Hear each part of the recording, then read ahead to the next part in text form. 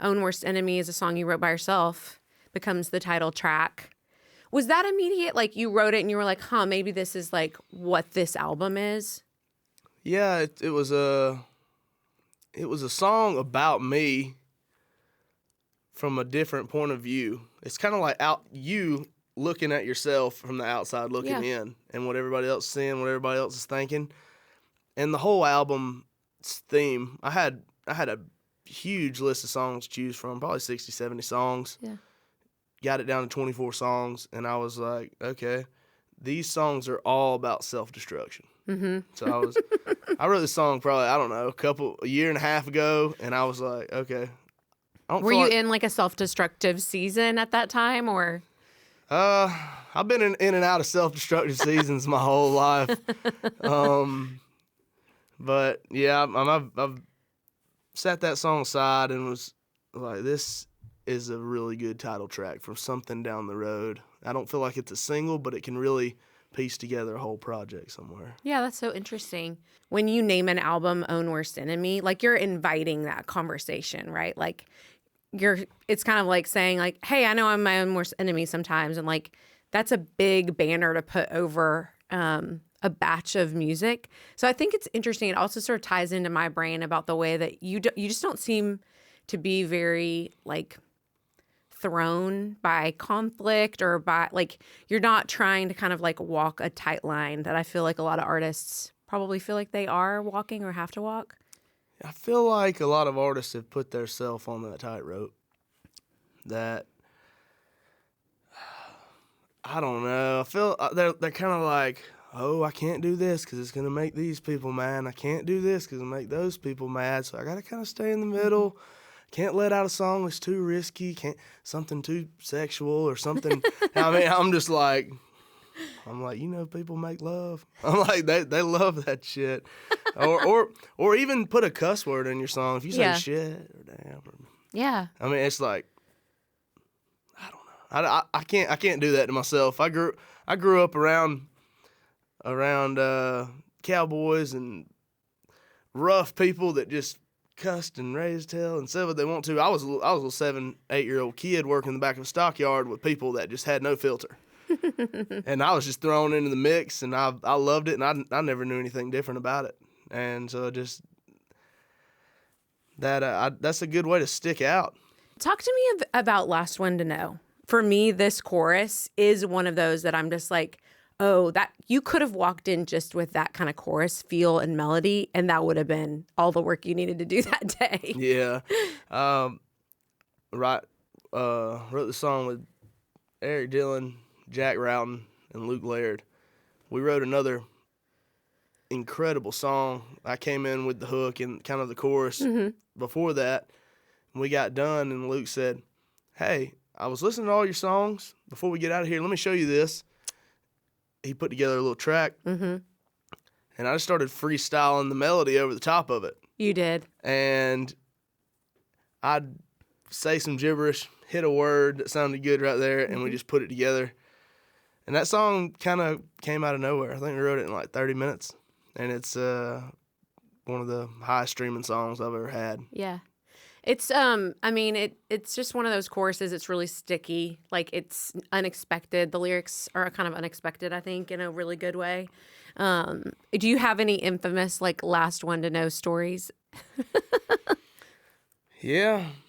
I was in college, and I partied a lot down at Georgia Southern, and I was at the Blue Room one night, which I'm playing the Blue Room here in a month and a few days, and just got absolutely wasted drunk at the bar, and my truck was parked in the parking lot, and I knew that I couldn't drive home. Yeah. And I figured that my keys were in my pocket, that I wasn't going to get run over if I slept under my truck. Oh, gosh. So I slept there for a few hours. Rather than in the truck? You thought if you got in the truck, you might be tempted to drive? That's why it was the Last One to Know story. Okay, keep going. I wasn't really. I figured if I was in the truck, I was going to get arrested. They were like, "Oh, you're about to drive or something."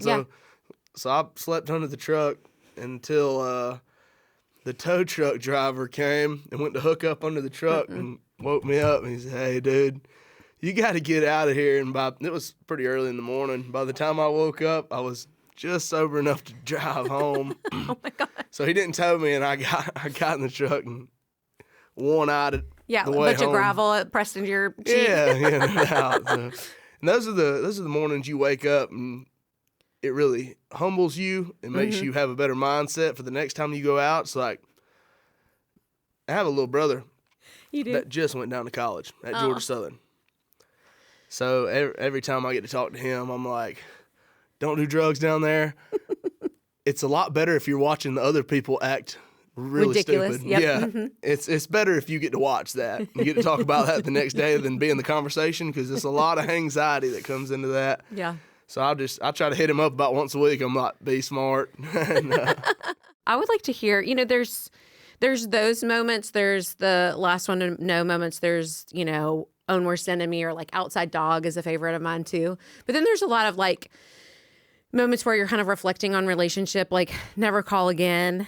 And I would be so curious, like, how do you think ex-girlfriends describe you as a boyfriend? Like, would they all say the same thing, or would they all have...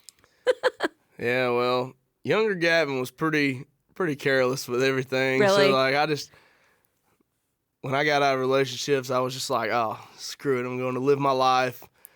They probably cuss me if I get brought up. All of your ex-girlfriends? Probably most of them. Yeah. Oh gosh. Oh no. But yeah, the never call again is just so relatable. Yeah. Me and my girlfriend broke up last fall for a little while and got back together earlier in the year. I was on the road and she was coming and staying, and we were just not really having it all together. Yeah. That's hard. And I was at a show one night and this girl walked up at the merch line. My girlfriend's name's Haley. And the girl was trying to like come on to me, and I was just like, I was not in like into anybody mode. I was just like, I'm just wanting to deal with myself. Yeah. And she came up to me and she was just flirting and was like, "What? My name's Haley. Does that help?" I was like, "Hell no, it doesn't help. It makes it worse." Yeah. And that helped me get the idea to write this song. If other women didn't have your name. Yeah. And it's just, my girlfriend loves chicken parm. So if I went on a date with a new chick to an Italian restaurant, she ordered chicken parm, I'd be like, oh. Or she'd come right into mine. So yeah, that's funny. I was going to ask you, because that chorus is just like a string of things that like, are kind of like kryptonite, whether it's like, if I just quit hiding the whiskey, or, I love the rearrange a couple core memories line. I think that's just super sticky. And I hadn't heard anybody really, it's like we all talk about core memories. I haven't heard anybody put it in a song yet. But is there one of those things from the list that really is like more kryptonite for you, or more undoes you more than the others? It's just the rearrange a couple core memories line is really, really, like you said, sticky. It's just like, you've spent so much time with this person. If you spend a couple years with them, there's a reason why people don't date for a long time after they get out of a relationship, because they've got to totally disconnect from that last person in whatever kind of way. And that's just that's the hardest part about ending a relationship, is just forgetting about everybody, everything you've ever done the past couple years, 3, 4, 5, 10 years. People break up after 10 years. It's tough.